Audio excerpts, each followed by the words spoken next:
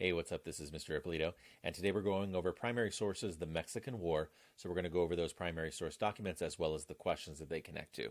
So the first primary source is this article on Manifest Destiny. Now, it's kind of a combination of secondary because it's an author writing about Manifest Destiny and about John L. O'Sullivan, but then quoting from his original newspaper article. So the first question asks, according to O'Sullivan, what was America's manifest destiny? So we talk about it. It really is kind of discussed in this section right here. The idea that there is some irresistible moral, economic, or geographic mandate, right? In other words, and this is one of your vocab terms, by the way, the word mandate. Mandate comes from the Latin root mandatum, which means to require or you must. Like it is required. You got to do it. So it is this mandate, this requirement, like this need, this desire, like we have to do it. We have to, the United States has to spread all across the North American continent, right? So I'll just circle that a little bit better. We have to spread across the North American continent. It is our manifest destiny. It is what we were meant to do.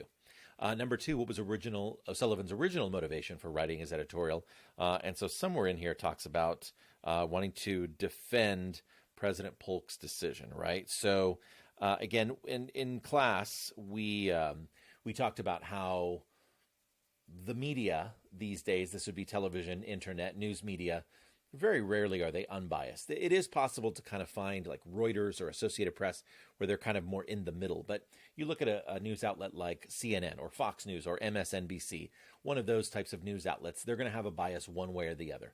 Sometimes some of these news outlets like President Joe Biden, others dislike President Joe Biden. Some of them liked President Donald Trump and others disliked President Donald Trump. So usually, and this is no different in the 1800s, the media, in this case it's just newspapers, there's no internet, there's no TV, there's no radio at this time, the media are going to have a bias one way or the other toward or against the president and his policies. In this case, it is in favor of President Polk and his decision to annex Texas, right? So that is what they are trying to defend. They want to defend President Polk's decision to annex Texas. So that's number two. That's his motivation, is to show support for the president of the United States in taking over Texas. And then finally, how far does O'Sullivan predict that the U.S. will ultimately expand? Well, it says it right here, from coast to coast and from the Arctic to the tropics, right? So in other words, it is possible that not only, if this is, Mr. Ippolito is going to give a not very good drawing here, but if this is, this is quite awful. If this is, if that is all of North America, hey, not bad, then not only are we going to expand from coast to coast, right? From the Atlantic over here to the Pacific over here, but we're also going to expand into Canada and then all the way down into Mexico and then into South America, right? From east to west, from ocean to ocean, from the Arctic to the tropics. That is what potentially Manifest Destiny could have meant for some people, is not only go, one way, side to side, east to west, but also north to south as well. Okay, that was the Manifest Destiny section. We are now moving into Harper's weekly cartoon. So there are two questions here. One, how does the artist portray power? So we had this discussion in class. First of all, you'll notice that both Santa Anna right here and his brother-in-law General Cos, they're both below. They're below in stature to Sam Houston. So I thought that was interesting. You'll notice that they're offering their swords to Sam Houston as well. Sam Houston with the really large gun right there, the really long rifle. That would be perhaps another sign of power, right? Like, he's got a really big gun, in addition to the sword that he has as well. Another thing that students pointed out was the fact that this is interesting. You look at Sam Houston here, and he's clad in buckskins, right? Like animal skins. Normally, you take a look at the Sam Houston that we saw in the movie The Alamo, also the Sam Houston that you see in pictures, and he is dressed in kind of like Western style, right? He's dressed in the dress, the kind of clothing that you would see other people from other parts of the United States wearing. But in this case, he almost is dressed, a student noticed this, almost like Davy Crockett. And so that's kind of interesting, an interesting choice, fashion choice on the part of this cartoonist to make Sam Houston almost Crockett-like, right? And as you know, Davy Crockett was one of those heroes of the Alamo, one of those martyrs who died in the cause of freedom, Texas independence at the Alamo. So all of those things, I think, portray a sense of power and, power of Sam Houston over the Mexican army leaders right there. Number 5, what do you think was the purpose of Harper's Weekly in publishing this cartoon? And, this could be a variety of different answers, but students have said things like to defend the decision for the American immigrants who are immigrating into Mexico to declare independence, to overthrow the Mexican government rule there.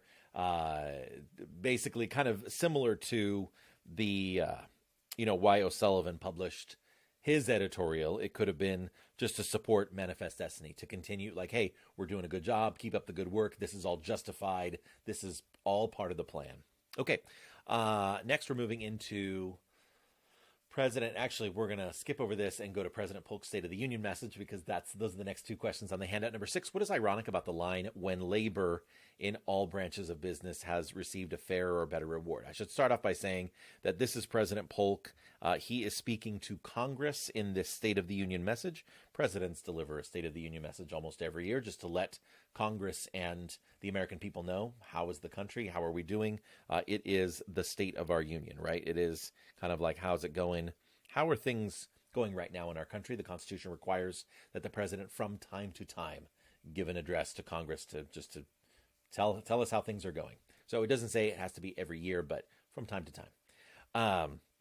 So President Polk talks about how our prosperity, right? How great our country is doing. We are so wealthy. We're doing so well. We have widespread and universal prosperity. Everyone is feeling wealth, and everything's going great and just awesome. And this is a time when labor in all branches of business never has labor in all branches of business received a fairer or better reward.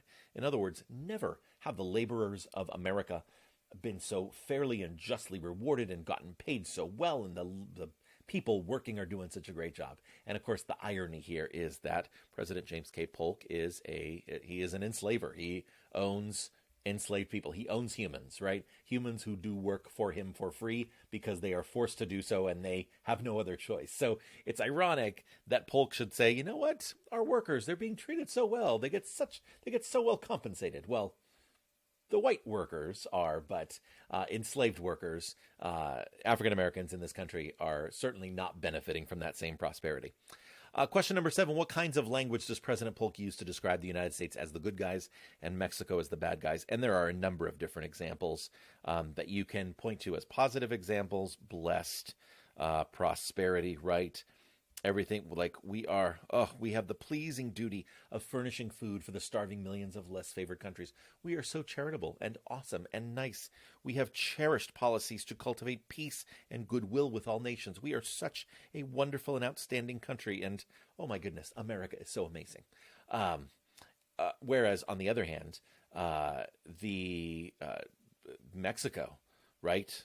We were insultingly rejected by Mexico, and they marched in under wholly unjustifiable pretexts, and they struck the first blow, and they shed the blood of American citizens on American soil. Now, this is very contested, right? This is hotly debated because and again, this is going to be another one of my not very good drawings, but you'll get the idea. So Texas, okay. Oh, this is going to be an awful drawing. But this southern river right here, today that is the southern boundary of Texas. This is known as the Rio Grande River, Rio Grande.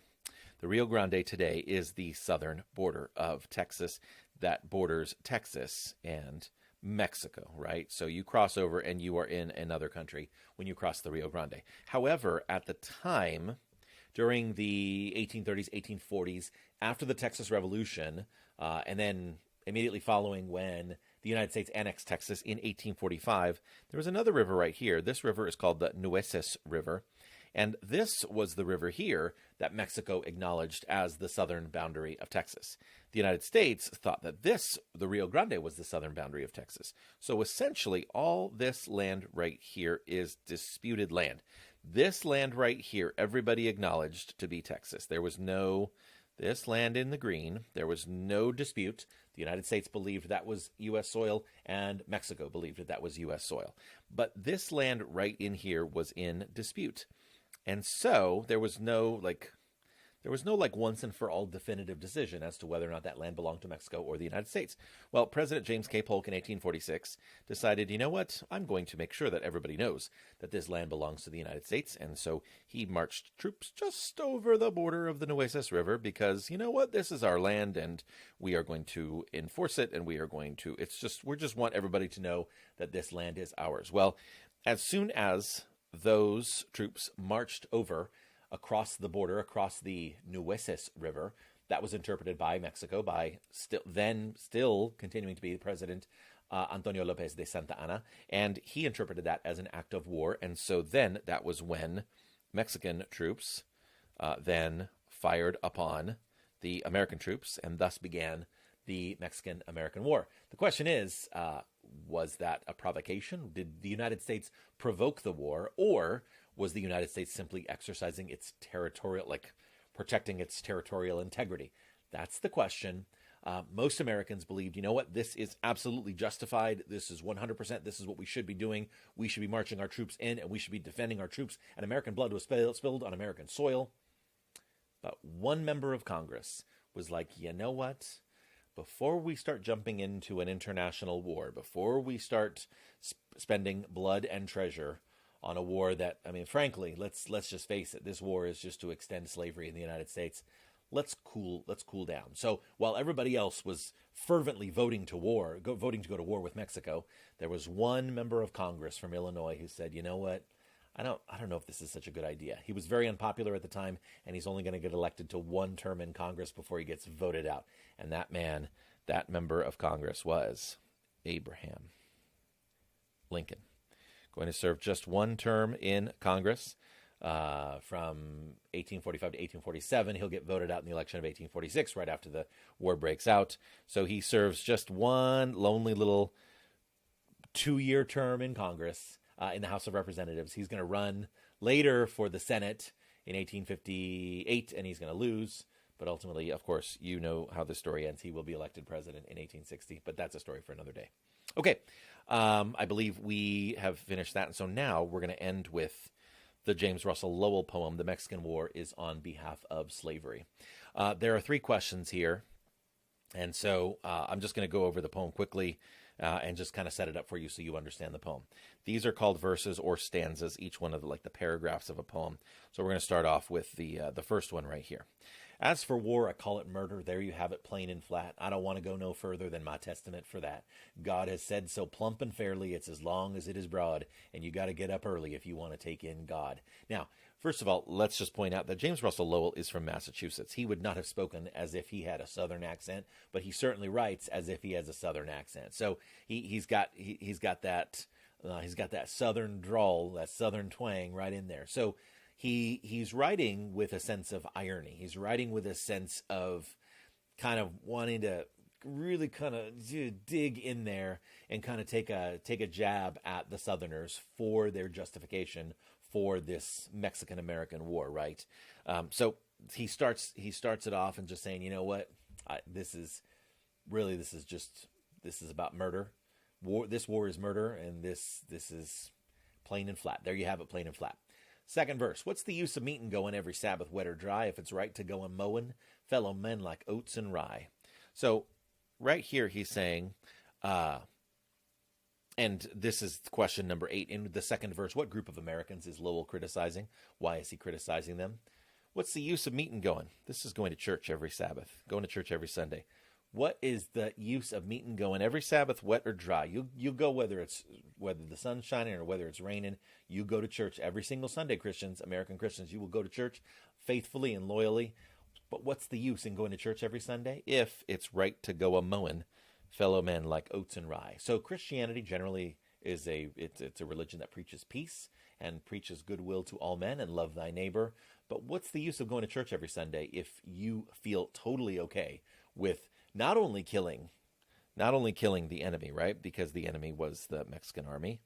So not only are you okay killing the Mexican army, but you are also, therefore, because in war, both sides have losses, you are also okay with Americans dying as well.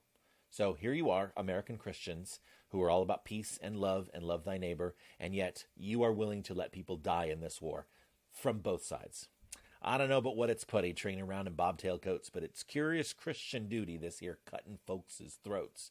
In other words, again, Christians, I think you're hypocrites, because here you are all about peace and love, but you are totally willing to send people to war on both sides and having their throats cut. So that addresses question number 8. Question number 9, in the third verse, Lowell accuses Americans of entering the Mexican War for what reason? Well, they may talk of freedom's airy till they're purple in the face. It's a grand, great cemetery for the birthrights of our race. He's talking about white Americans right there.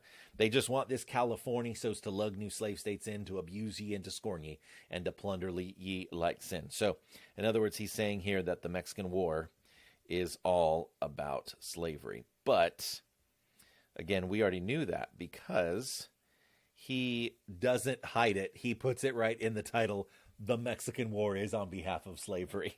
So now let's take a look at that final verse. This is a controversial verse, but I think you are mature enough to handle it. So let's go for it. Ain't it cute to see a Yankee? A Yankee, by the way, is someone from the North. The baseball team, the New York Yankees, is going to be named for these people from the North, right? So that's what he's saying. He's calling a Yankee. Ain't it cute to see a Yankee, a Northerner? Ain't it cute to see a Yankee take such everlasting pains, all to get the devil's thanky, helping on them weld their chains? So this is language. This is language that evokes the language of enslavement, right? So now we have to figure out who is putting chains on whom. Why, it's just as clear as figures, clear as 1 and 1 make 2. Chaps that make black slaves, oh, I am not going to use the N-word. But the author, James Russell Lowell, does use the N-word in the poem. It is, just in case we are not clear on this, it's a highly offensive word, and so I'm not going to say the word. But he definitely uses the word because he is very angry in this poem. Want to make white slaves of you. In other words, he is saying this. Isn't it cute? He's being sarcastic now. Isn't it cute to see a Yankee, a Northerner, go through all of this trouble and get into an army uniform and basically just to go and fight on behalf of slavery? Because that's what you're doing, Yankees. That's what you're doing, Northerners. When you put on that U.S. Army uniform and you get all suited up and you prepare to fight and possibly die for your country, really what you're doing is, and this is according to James Russell Lowell, you are welding the chains on yourself. You are, the Northerners, or the North, is becoming slave to the South.